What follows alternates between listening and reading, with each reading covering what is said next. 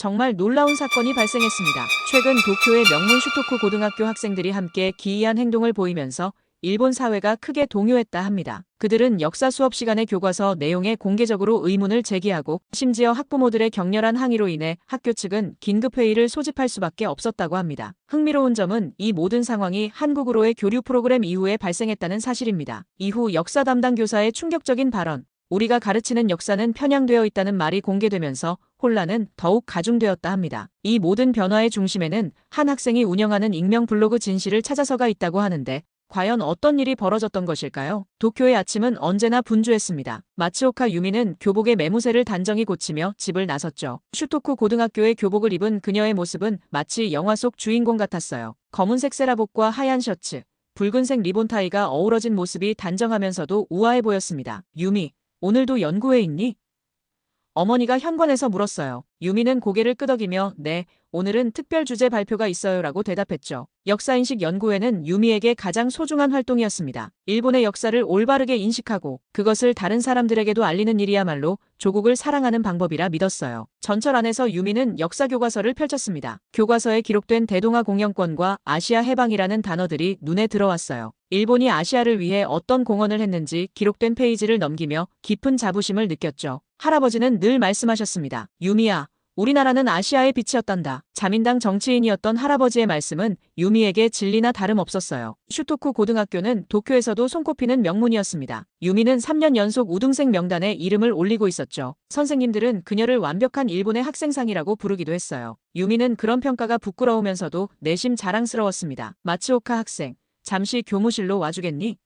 담임 선생님이 복도에서 유미를 불렀어요. 교무실에 들어서자 선생님은 반가운 소식을 전했습니다. 축하해. 국제교류 프로그램 참가자로 선발됐어. 이번에는 한국이지. 유미의 눈이 커졌어요. 한국이요? 그래. 우리 학교에서 너 혼자 선발됐어. 성적도 우수하고 역사 연구회 활동도 적극적이라 내가 가장 적합하다고 판단했단다. 유미는 복잡한 감정에 휩싸였습니다. 한국은 늘 교과서와 뉴스에서 일본과 갈등 관계에 있는 나라로 묘사되었죠. 특히 역사 문제로 늘 일본을 비난한다고 배워왔어요. 하지만 동시에 그곳에 가서 자신이 배운 올바른 역사관을 알릴 수 있는 기회라고 생각하니 가슴이 뜨거워졌습니다. 기회를 주셔서 감사합니다. 꼭 좋은 성과를 가지고 돌아오겠습니다. 유미는 고개를 숙여 인사드렸어요. 그날 저녁 유미는 할아버지의 서재에 앉아 한국에 관한 책들을 찾아보았습니다. 할아버지의 책장에는 일본의 역사를 다룬 책이 가득했죠. 특히 대동아 전쟁의 진실이라는 책에는 할아버지의 메모가 빼곡했어요. 한국인들은 우리의 선의를 이해하지 못하고 있다 같은 문장에 빨간 밑줄이 그어져 있었습니다. 유미야, 한국에 간다고 들었다. 할아버지가 서재 문을 열고 들어오셨어요. 네, 할아버지. 국제교류 프로그램으로 선발됐어요. 할아버지는 안경을 고쳤으며 웃으셨습니다. 좋은 기회구나. 우리나라의 진정한 역사를 그들에게 알릴 수 있는 기회가 될 거야. 유미는 고개를 끄덕였어요. 제가 배운 것들을 잘 전달하고 올게요. 할아버지는 책장에서 한 권의 책을 꺼내 건네주셨습니다. 대한민국의 이해라는 제목이 붙은 책이었죠. 이 책을 읽고 가거라. 그들의 생각을 미리 알아두는 게 좋을 거다. 유미는 그날 밤 늦게까지 책을 읽었어요. 한국은 경제적으로는 발전했지만 여전히 식민지 시대의 감정에 사로잡혀 있다는 내용이 줄을 이뤘습니다. 유미는 마음속으로 다짐했죠. 내가 진실을 알려줄 거야. 일본이 했던 일들의 진짜 의미를. 한국 방문까지 남은 일주일 동안 유미는 준비에 몰두했습니다. 역사 연구회 친구들은 그녀에게 일본의 입장을 잘 설명할 수 있는 자료들을 건네주었고 선생님들은 현명하게 행동하라는 조언을 해주셨죠. 유미는 이 모든 기대를 안고 자신의 첫 해외여행을 준비했습니다. 출발 전날 밤 유미는 창가에 서서 도쿄의 불빛들을 바라보았어요. 가슴속에는 설렘과 두려움, 그리고 사명감이 복잡하게 얽혀 있었습니다. 내가 배운 모든 것이 진실이야. 그 진실을 한국 친구들에게도 알려주겠어. 유미는 굳은 결심을 하며 잠자리에 들었습니다. 인천국제공항에 도착한 유미는 상상했던 것과는 완전히 다른 광경에 놀라움을 금치 못했습니다. 교과서와 뉴스에서 본 한국의 이미지는 여전히 발전 중인 나라였지만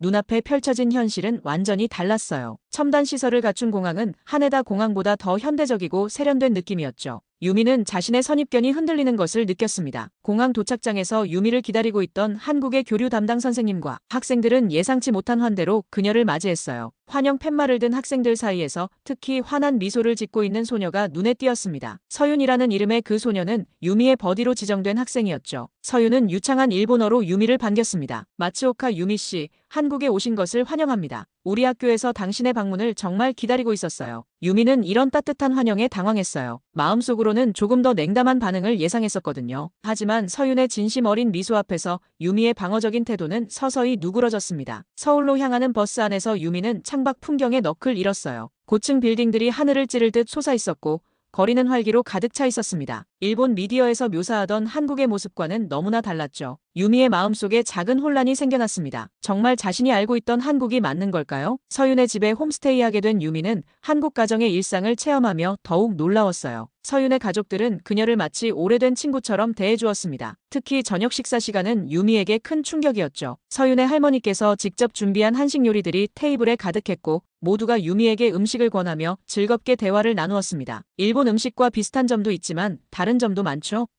서윤의 어머니가 물으셨어요. 유미는 고개를 끄덕였습니다. 한국 음식의 맛은 강렬했지만 동시에 친숙한 느낌도 있었어요. 마치 한국과 일본의 관계처럼 비슷하면서도 다른 맛이었죠. 다음 날 서윤은 유미를 학교로 데려갔습니다. 현대적인 시설의 학교 건물을 둘러보며 유미는 또 한 번 놀라움을 감추지 못했어요. 슈토쿠 고등학교보다 더 첨단 시설을 갖추고 있었거든요. 특히 역사교실에 들어섰을 때 유미는 벽에 걸린 역사연표에 시선이 멈추었습니다. 연표에는 일제강점기라는 표현과 함께 일본의 식민 지배 기간이 진한 색으로 표시되어 있었어요. 유미는 그것을 보며 가슴이 불편해졌습니다. 일본에서는 그 시기를 대동아 공영권이나 식민지 근대화라는 측면에서 배웠거든요. 수업 시간에 역사교사는 학생들에게 유미에게 질문할 기회를 주었습니다. 한 학생이 손을 들었어요. 일본에서는 독도에 대해 어떻게 가르치나요? 유미는 긴장된 목소리로 대답했습니다. 다케시마는 일본의 고유 영토라고 배워요. 교실에 무거운 침묵이 내려앉았어요. 서윤이 빠르게 중재했습니다. 우리는 그것을 독도라고 부르고 한국의 영토라고 배워요. 같은 장소에 대해 다른 관점이 있다는 것이 흥미롭네요.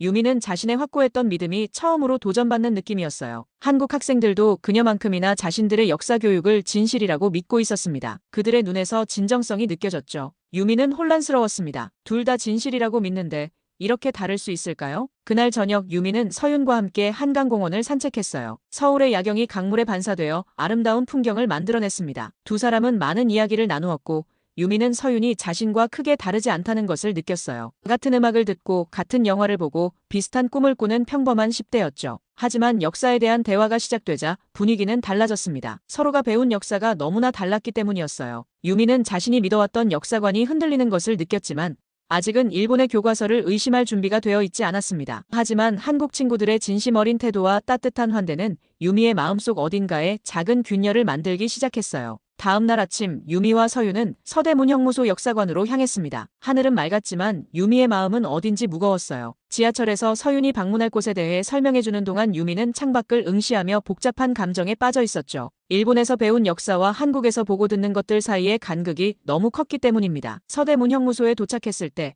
유미는 그 건물의 위압적인 분위기에 숨이 막혔어요. 높은 붉은 벽돌 담장과 철창이 있는 창문들이 역사의 무게를 고스란히 전달하는 듯 했습니다. 입구를 지나며 유미는 본능적으로 몸을 움츠렸죠. 마치 과거의 어두운 그림자가 자신을 덮치는 듯한 느낌이었어요. 전시실로 들어서자 일제강점기 당시 독립운동가들의 사진과 자료들이 벽면을 가득 채우고 있었습니다. 유미는 천천히 전시물들을 둘러보았어요. 고문 도구들, 좁은 감방의 재현, 그리고 수많은 독립운동가들의 이야기, 특히 한 전시 패널 앞에서 유미는 발걸음을 멈췄습니다. 그곳에는 일본 경찰에 의해 고문받은 젊은 여성 독립운동가의 증언이 적혀 있었어요. 유미의 가슴이 조여들었습니다. 눈앞에 펼쳐진 역사적 증거들은 그녀가 알고 있던 내용과 너무나 달랐죠. 일본에서는 이런 이야기를 들어본 적이 없었어요. 유미의 머릿속에 할아버지의 말씀이 떠올랐습니다. 일본은 아시아의 빛이었다고, 문명화를 위한 불가피한 과정이었다고 배웠는데 감방을 재현해놓은 공간으로 들어가자 좁고 습한 공기가 유미를 감쌌어요. 벽에는 독립운동가들이 남긴 글귀와 그림들의 복제품이 있었죠. 유미는 그 글귀들을 하나하나 읽어내려갔습니다. 그들의 절절한 독립에 대한 염원과 조국을 향한 사랑이 담긴 글자들 앞에서 유미의 마음은 혼란스러웠어요. 이것이 정말 일본이 행한 일인가? 학교에서 배운 내용과는 너무나 다른 현실이 눈앞에 있었습니다. 특히 충격적이었던 것은 고문실 재현 공간이었어요. 다양한 고문 도구들과 당시 피해자들의 증언이 함께 전시되어 있었죠. 유미는 그 자리에 서서 몸이 굳어버렸습니다. 상상할 수 없는 잔혹함에 대한 증거들이 그녀의 눈앞에 펼쳐져 있었어요. 유미의 눈에서는 자기도 모르게 눈물이 맺혔습니다. 서윤은 유미의 반응을 보고 조용히 그녀의 어깨에 손을 올렸어요. 비난이나 적대감 없이 그저 위로하는 듯한 제스처였죠. 유미는 서윤의 따뜻한 눈빛에서 이상한 안정감을 느꼈습니다. 두 사람은 말없이 나머지 전시물들을 둘러보았어요. 전시관을 안내하던 가이드는 유미가 일본에서 온 학생이라는 것을 알고 특별히 더 많은 설명을 해주었습니다. 노년의 가이드는 차분한 목소리로 역사적 사실들을 전달했어요. 비난이나 분노가 아닌 그저 역사를 있는 그대로 전하려는 태도였죠. 그것이 오히려 유미의 마음을 더 무겁게 만들었습니다. 역사는 종종 승자의 기록이 됩니다. 전시관을 나오며 가이드가 유미에게 말했어요. 하지만 진실은 결국 드러나게 마련이죠. 우리가 역사를 배우는 이유는 미래에 같은 실수를 반복하지 않기 위해서입니다. 이 말은 유미의 가슴에 깊이 새겨졌습니다. 일본에서 그녀가 배운 역사도 승자의 기록이었을까요? 그동안 자신이 알고 있던 모든 것에 의문이 들기 시작했어요. 할아버지의 서재에 있던 책들, 학교에서 배운 내용들,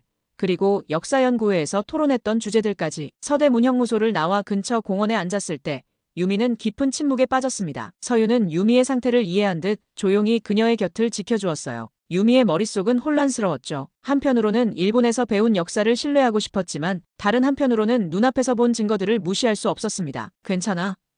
서윤이 조심스럽게 물었어요. 유미는 천천히 고개를 끄덕였지만 마음은 그렇지 않았죠. 그녀의 내면에서는 믿음과 현실 사이의 갈등이 시작되고 있었습니다. 마치 단단한 얼음에 작은 균열이 생기고 그 균열을 통해 차가운 물이 스며들기 시작한 것 같았어요. 서울로 돌아가는 버스 안에서 유미는 창밖을 바라보며 깊은 생각에 잠겼습니다. 오늘 본 것들이 진실이라면 그동안 자신이 알고 있던 역사는 무엇이었을까요? 유미의 마음속에는 혼란과 함께 진실을 알고 싶다는 욕구가 피어나기 시작했어요. 확고했던 신념이 흔들리는 느낌은 두렵지만 동시에 모든 것을 새롭게 바라보는 눈이 열리는 듯 했습니다. 그날 밤 서윤의 집에서 마지막 인사를 나눈 후 유미는 호텔로 돌아왔습니다. 교류 프로그램의 일정 중 마지막 3일은 다른 학생들과 함께 호텔에 머무르게 되어 있었죠. 호텔방 문을 닫는 순간 유미는 갑자기 몰려오는 감정에 압도되었어요. 마치 오랫동안 참아왔던 눈물의 댐이 무너진 것처럼 모든 감정이 한꺼번에 터져나왔습니다. 유미는 침대 위에 털썩 주저앉았어요. 손이 떨렸고 호흡은 가빠졌습니다. 서대문형무소에서 본 광경들이 머릿속을 맴돌았죠. 고문 도구들, 좁은 감방, 독립운동가들의 얼굴들, 그리고 가이드의 말, 역사는 승자의 기록이라는 그 말이 계속해서 귓가에 울렸어요. 창밖으로 보이는 서울의 야경은 평화로웠지만 유미의 내면은 폭풍우 속에 있었습니다. 그동안 자신이 진리라고 믿어왔던 모든 것이 흔들리고 있었어요. 일본의 역사 교과서에서 배운 내용과 한국에서 직접 본 증거 사이의 간극이 너무나 컸고 그 간극을 메울 방법을 찾을 수 없었습니다. 유미는 떨리는 손으로 노트북을 펼쳤어요. 무언가 확인하고 싶었죠. 그래서 인터넷 검색창에 일본 역사 교과서 검정이라고 입력했습니다. 검색 결과는 유미를 더욱 혼란스럽게 만들었어요. 수많은 기사와 논문들이 일본 정부의 역사 교과서 검정 과정과 그 논란에 대해 다루고 있었습니다. 특히 한 일본 학자의 논문이 유미의 눈길을 끌었어요. 그 논문은 일본 자민당이 교과서 검정 과정에 정치적 영향력을 행사하여 역사적 사실들을 축소하거나 왜곡했다는 내용을 담고 있었죠. 유미는 그 논문을 꼼꼼히 읽어내려갔습니다. 논문에 인용된 원자료들, 정부 문서들, 그리고 교과서 검정위원회의 내부 기록들은 부정하기 어려운 증거였어요. 유미의 가슴이 무거워졌습니다. 할아버지가 속해 있던 자민당, 그리고 할아버지가 그토록 믿고 자랑스러워하던 일본의 역사관이 이렇게 의도적으로 조작된 것일 수도 있다는 사실이 그녀를 고통스럽게 했어요. 마치 자신의 정체성 일부가 갑자기 사라진 것 같은 느낌이었습니다. 유미는 계속해서 검색했어요. 이번에는 일본군 위안부에 대해 찾아보았죠. 일본에서는 거의 배우지 않았던 주제였지만 서대문형무소에서 전시물을 통해 접한 내용이었습니다. 검색 결과는 충격적이었어요. 수많은 증언과 자료들, 국제인권단체의 보고서들이 위안부의 존재와 그들이 겪은 고통을 증명하고 있었습니다. 유미는 밤새도록 읽고 또 읽었어요. 머릿속이 복잡하게 얽혀 있었죠. 한편으로는 이 모든 것을 부정하고 싶었지만 다른 한편으로는 진실을 알고 싶은 갈망이 커져갔습니다. 할아버지의 말씀, 선생님들의 가르침, 역사연구회에서의 활동들, 이 모든 것이 왜곡된 역사 위에 세워진 것이었을까요? 새벽이 되어서야 유미는 노트북을 덮었어요. 창밖으로 서서히 밝아오는 하늘을 바라보며 그녀는 깊은 한숨을 내쉬었습니다. 이제 돌아갈 수 없을 것 같았어요. 자신이 알고 있던 세계가 무너지는 느낌이었죠. 하지만 동시에 무언가 새로운 세계가 열리는 느낌도 들었습니다. 아침이 되자 유미는 거울 앞에 서서 자신의 모습을 바라보았어요. 겉으로는 같은 모습이었지만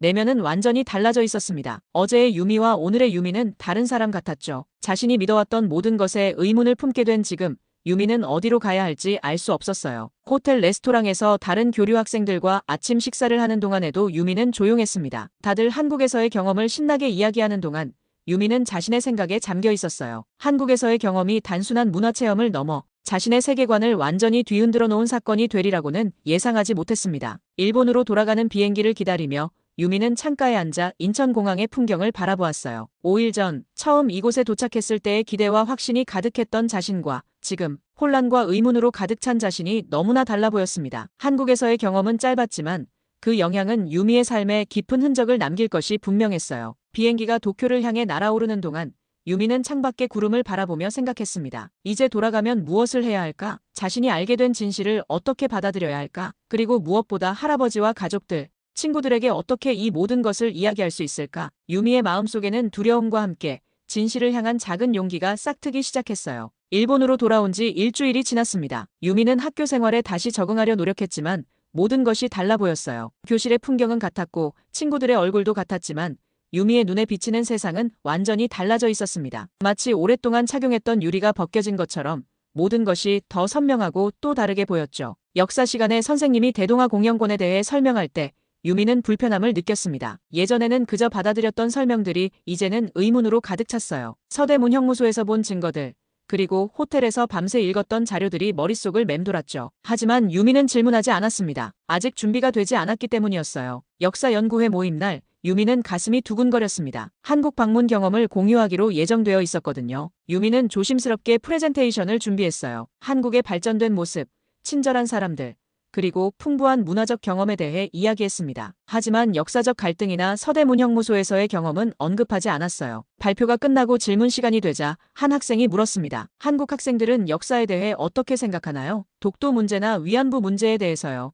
유미는 순간 말문이 막혔어요. 진실을 말해야 할까? 아니면 모두가 듣고 싶어하는 말을 해야 할까? 유미의 망설임을 본 지도교사가 개입했습니다. 그런 민감한 주제는 오늘 논의하지 맙시다. 불필요한 혼란을 일으킬 수 있으니까요. 유미는 안도와 실망이 뒤섞인 기분이었어요. 한편으로는 어려운 질문을 피할 수 있어 다행이었지만 다른 한편으로는 중요한 진실이 은폐되는 듯한 느낌이었습니다. 집에서도 상황은 비슷했어요. 할아버지는 유미의 한국 방문에 대해 열심히 물어보셨지만 유미가 서대문 형무소나 역사 문제에 대해 언급하려 할 때마다 화제를 돌리셨습니다. 어머니도 너무 민감한 이야기는 가족 식사 시간에 하지 않는 게 좋겠다며 부드럽게 제지했어요. 유미는 점점 고립감을 느꼈습니다. 자신이 경험한 것들, 알게 된 것들을 나눌 수 있는 사람이 아무도 없었어요. 친구들은 이해하지 못할 것 같았고 가족들은 듣고 싶어 하지 않았습니다. 학교에서는 그런 이야기를 꺼내는 것 자체가 금기시되어 있었죠. 점심시간에 유미는 혼자 도서관에 앉아 한국에서 가져온 책을 읽곤 했습니다. 서윤이 선물해준 한국 역사책이었어요. 그 책을 읽을 때만 유미는 자신이 경험한 혼란이 현실이라는 것을 확인할 수 있었습니다. 가끔 서윤에게서 오는 이메일도 유미에게는 위안이 되었어요. 서윤은 유미의 혼란을 이해해주는 유일한 사람 같았습니다. 저녁 식사 후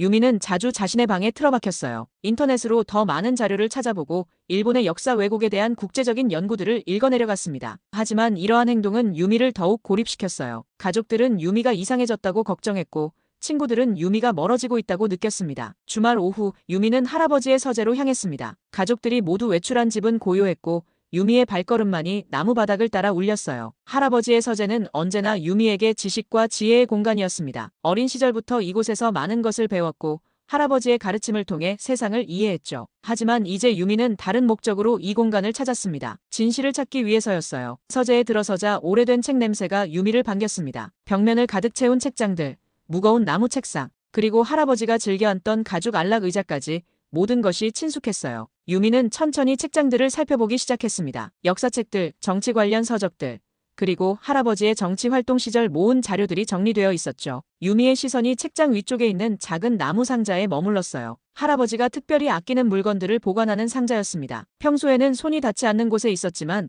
오늘은 다른 날이었어요. 유미는 작은 사다리를 가져와 조심스럽게 올라갔고 상자를 내려놓았습니다. 떨리는 손으로 상자의 뚜껑을 열자 오래된 서류들과 작은 노트북들이 가지런히 놓여 있었어요. 유미는 조심스럽게 그것들을 꺼내 책상 위에 펼쳤습니다. 대부분 할아버지의 젊은 시절 기록들이었죠. 전쟁 시기와 그 이후의 일본 정치에 관한 메모들, 연설문 초안들, 그리고 개인적인 일기들이었습니다. 특히 한 묶음의 편지가 유미의 눈길을 끌었어요. 누렇게 변색된 봉투들은 할아버지가 전쟁 중에 주고받은 것으로 보였습니다. 유미는 조심스럽게 봉투를 열고 편지를 꺼냈죠. 할아버지의 젊고 힘찬 필체로 쓰여진 편지들이었어요. 편지 내용은 유미의 가슴을 무겁게 했습니다. 전선에서 보낸 편지들은 전쟁의 잔혹함을 솔직하게 담고 있었어요. 민간인 학살, 점령지에서의 만행, 그리고 이에 대한 할아버지의 갈등과 혼란이 생생하게 묘사되어 있었습니다. 특히 한 편지에서 할아버지는 우리가 하는 일이 과연 옳은 것인지 고민하는 내용을 적었죠. 이것은 유미가 알던 자랑스럽고 확신에 찬 할아버지의 모습과는 완전히 달랐습니다. 더 놀라운 것은 전쟁 이후 작성된 일기였어요. 할아버지는 일본 정부가 전쟁 범죄를 은폐하고 역사를 재구성하는 과정에 본인이 참여했다는 죄책감을 토로했습니다. 미래 세대에게는 더 나은 일본을 물려주기 위해